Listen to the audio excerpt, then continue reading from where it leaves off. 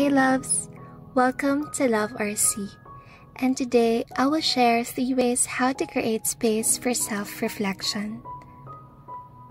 This is the 3rd episode of the first Monthsary video series, and I hope you watched the episodes 1 and 2, how to know and maximize our God-given gifts and talents, and 4 tips to find true happiness and personal freedom.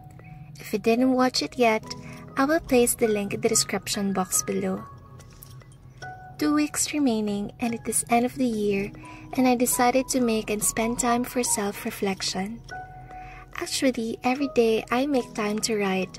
It is either in the morning or before I sleep, but most of the time I tend to write in the morning and evening as part of my everyday routine. I also share here in my channel how I started my journaling journey.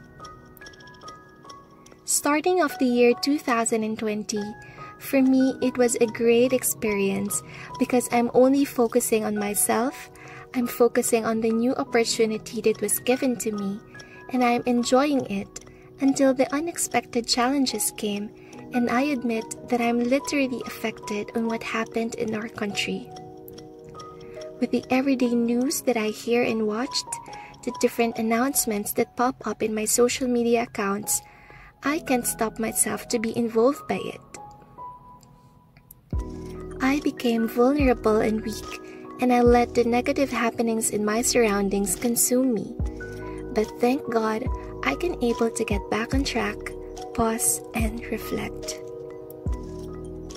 If you watched my YouTube channel trailer, I shared that I undergo a self-growth activity that led me to this platform to make video contents for my new YouTube channel brand. My channel before was very fun, outgoing, and exciting, and now I am transitioning into a purposeful, meaningful, and peaceful contents. This year, I learned how to make more time for myself, reflect, and to appreciate some self-growth, self-love, and self-care activities. From an extrovert and an outgoing person, there's a time that I just want to be alone to protect myself, my mind, and my emotions. And because year 2020 is ending, I want to discover a greater connection with myself, reassess myself, and take a moment to slow down. My first way to create space for self-reflection is by journaling. This month of September, I started again to write about my thoughts and what I feel. I started to do a gratitude and prayer journaling. I start to write about the things that I'm grateful for and thanking for all the blessings that I receive every day. This helps me to create a positive mindset, but I know that our life is not perfect, but a simple activity like journaling helps me to be at peace and to have a clear mind. I also start to talk to God through writing.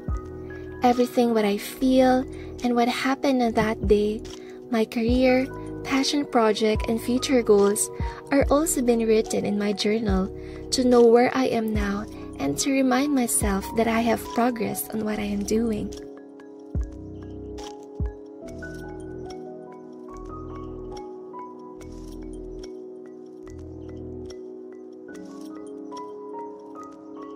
The second way to create space for self-reflection is to explore yourself in a different environment once a month. Of course, it depends on your schedule. This can be by visiting a park, library, or a cafe you've never been before. By taking the time to reflect, we start to learn more about ourselves and increase self-acceptance.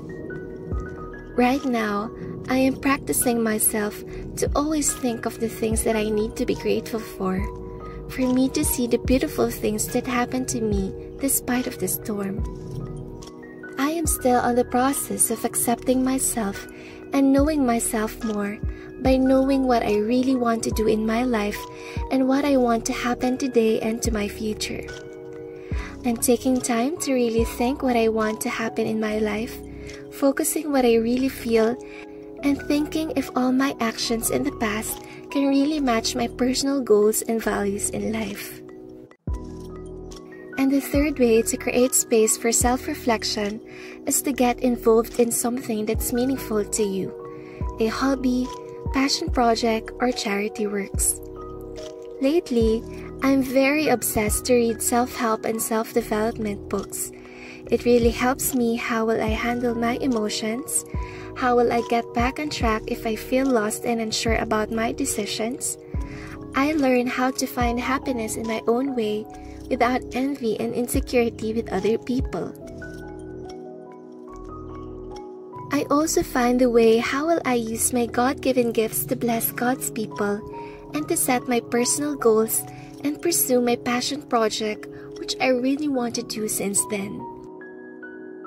The courage for me to start something new is the best learning that I got from reading a book.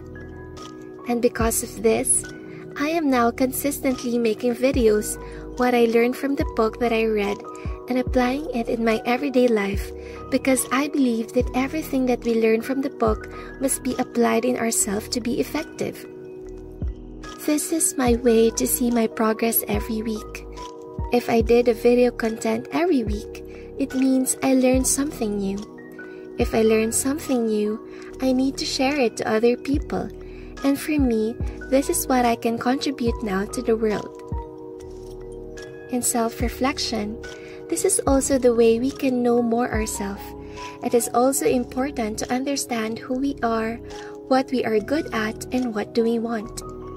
This will help us confidently to make right decisions. By this, we can gain a sense of self-awareness and prevent burnout. Sometimes, we feel unsatisfied in what we are doing right now, and we feel like we don't deserve what we have.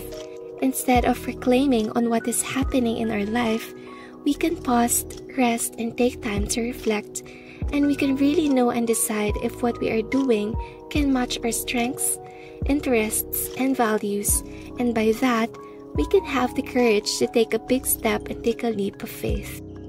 I made an activity worksheet that you can download below for you to start your self-reflection journal and take a moment to pause and reflect. Again, it is okay to slow down and realize deeply that the present moment is all you ever have. There's nothing wrong to be futuristic, but make the now the primary focus on your life. Sending you so much hope, love, and gratitude, and I'm wishing you all a happy, healthy, and wealthy life. Until next time, love, Arci.